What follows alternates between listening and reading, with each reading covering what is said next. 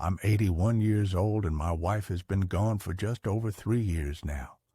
Most mornings, I still reach for the other side of the bed before I remember there's no one there anymore.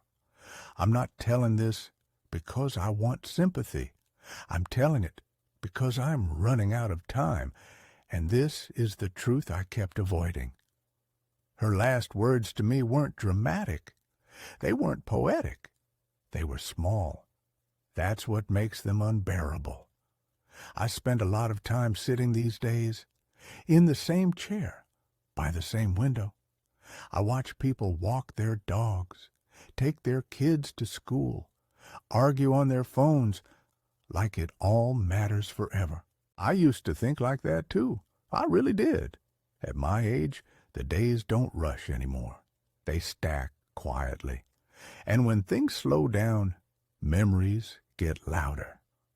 I keep going back to one simple request my wife made again and again for 41 years, and how I ignored it every single time, without meaning to, or maybe I did mean to. I'm still not sure. We met in our early 20s.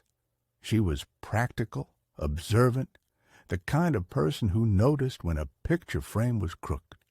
I was ambitious, not wildly successful, but always chasing the next step, the next raise, the next thing that would make me feel like I was doing enough. Her request started early. She'd say it casually, usually in the evenings. Sit with me for a bit. That was it. That was the request. Not a trip, not flowers, not grand gestures, just sit. I always had a reason not to. I was tired. I had paperwork. I needed to fix something. I'd sit later. I'd sit after this. There was always an after. She didn't argue. That's the part that scares me now. She just nodded and picked up a book or turned on the TV. Sometimes she'd sit alone at the kitchen table, drinking tea that went cold. I told myself I was being responsible, a good provider, a man doing what he was supposed to do.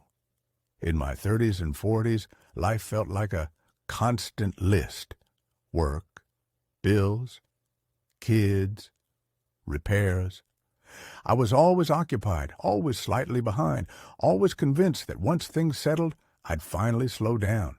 But things never settled. They just changed shape. She asked less over time. Or maybe I noticed less. I can't be sure. There were moments I missed without realizing they were moments. Her telling me about her day while I half listened. Her falling asleep on the couch waiting for me to finish one more thing. Her quiet sigh when I stayed standing instead of sitting beside her. None of it felt like damage at the time. It felt harmless, temporary. Years passed that way, decades really. The kids grew up, left the house. The noise faded. The evenings got quieter. That's when I finally had time. But by then she had changed. She was still kind, still steady, but there was a distance I couldn't explain, like a door that had been closed gently, so gently I never heard it shut. She stopped asking me to sit. I told myself she was just comfortable, that couples settle into routines, that this was normal. Then came the diagnosis. It wasn't sudden, but it felt like it was. Cancer has a way of rearranging your understanding of time. Suddenly there are numbers attached to days, appointments, scans, waiting rooms that smell like disinfectant and fear. I sat with her then, a lot. But it wasn't the same sitting. It was anxious, apologetic, heavy.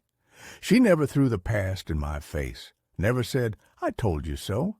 She talked about ordinary things, what she wanted the kids to have, which photos to keep, who should get the old lamp. On her last day, she was very quiet. Tired in a way I hadn't seen before, I was holding her hand.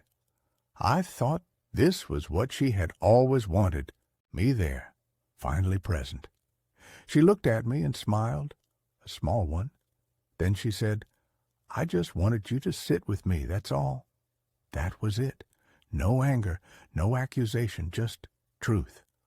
I felt something break open in me, slowly and all at once. I realized she wasn't talking about the hospital room. She was talking about our life. 41 years of evenings, of chances, of moments I assumed would repeat forever. She died a few hours later. There are things you can't fix after that. No apology reaches far enough.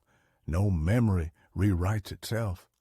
I still sit now, every evening, in that same spot on the couch. Sometimes I say her name out loud, just to hear it exist in the room. What hurts isn't that I was cruel. I wasn't. It's that I was distracted, and I mistook distraction for responsibility. I thought love was proven by working hard, by providing, by staying busy. I didn't understand that presence is its own form of work. People talk about regrets like they come from big mistakes. Mine came from postponement, from assuming there would always be another evening. There isn't. If you're listening to this, I'm not asking you to change your life. I wouldn't dare. I wouldn't dare. I just want you to notice the small requests, the quiet ones, the ones that don't demand attention. They're often the most important. I don't have much time left. I know that.